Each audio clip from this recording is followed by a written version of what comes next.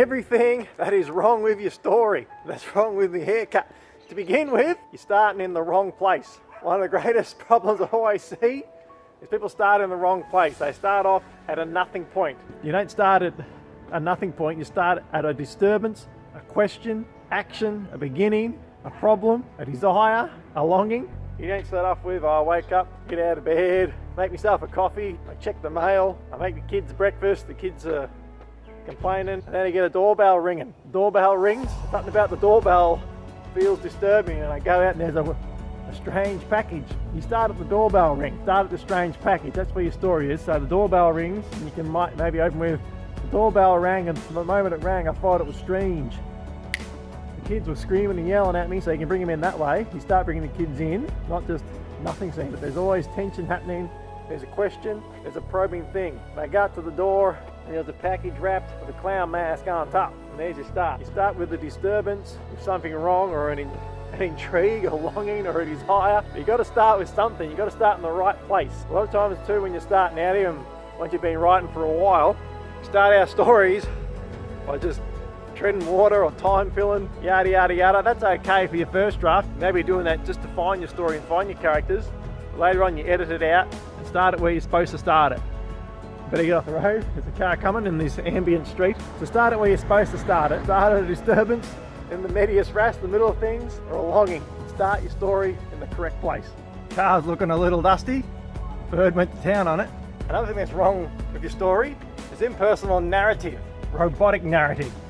What do I mean by that? The descriptions, describing what takes place and how it takes place. You just can't write it plain and dull and boring. If you're in a first person character, you've got to describe things. The narrative flow has got to come through the feeling, and personality, and core strength of the character himself.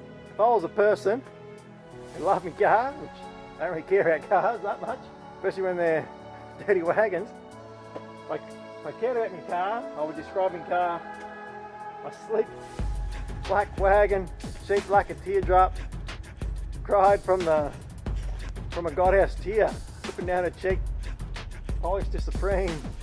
That's how I might describe it. But I didn't care. I just say, an old dirty wagon with more dust than a dirt road, more bird droppings than a bird's toilet. The narrative has got to fit the feeling of the story. So if you're walking through the ambient trees and it's a happy day, you would describe the trees in a happy way. So the beautiful, bright, brisk silver birches and the green leaves drifting down in floats, wafting through to my soul. That's a bad first draft, that's why I write many drafts. But if I was scared, I'd say that the silver birches with crying fingers ready to rip me face off. The narrative, the descriptions there, is matching what the character is feeling.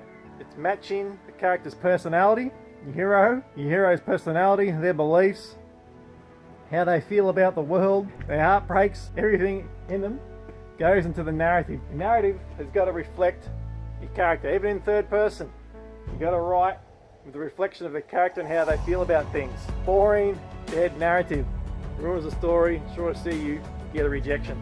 Another thing you got wrong with your story, if there's no crisis, no problem, no trouble, no self-revelation on the part of your character and who he is and what he stands for, you haven't got a story. You've got probably a news report or something like this. There's got to be some kind of conflict going on. There's got to be some change, some big deal, some goal, a struggle. There's got to be things going wrong. A story about everyday life and happenings is not a story.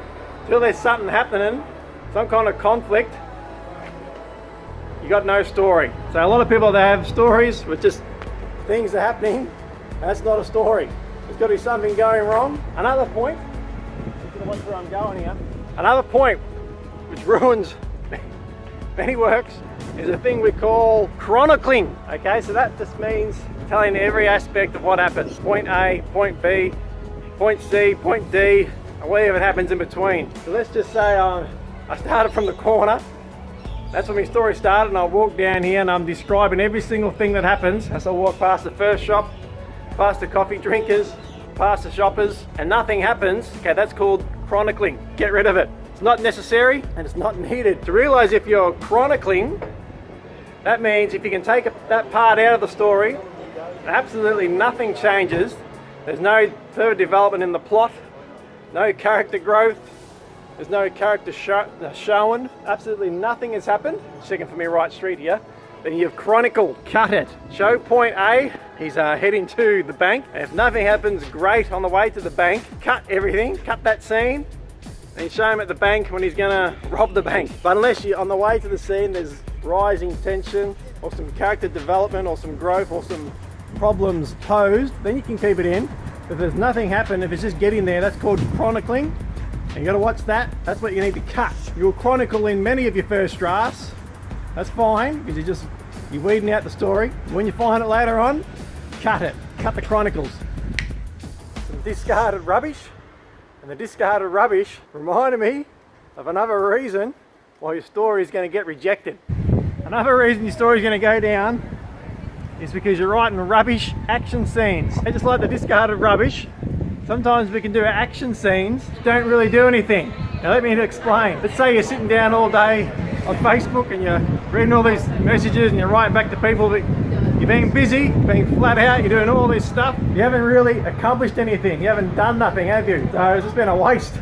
Same can be with your action scenes. You can have the greatest fights, people jumping off of barrels over buildings, clashing swords, firing cannons, punching fists, but it hasn't moved the story forward. It hasn't advanced the plot or shown some kind of a secret, some needed character development or anything. It's just a rubbish scene that needs to be discarded. It's done absolutely nothing.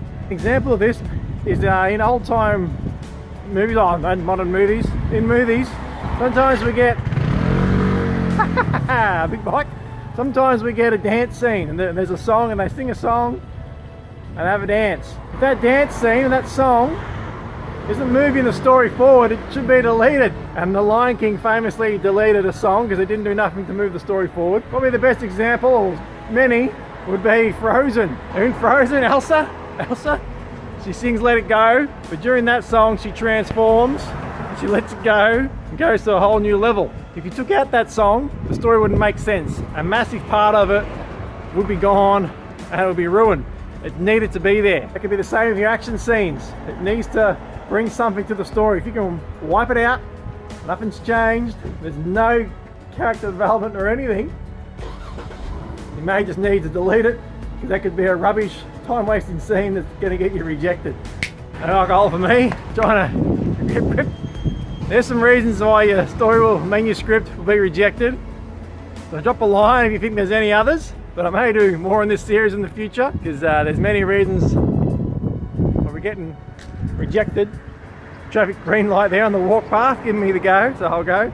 Thumb up and subscribe and share on something. Get 100 views one time, we're pretty happy. Go over those points, make sure you're writing a masterpiece, make sure your story does not get rejected.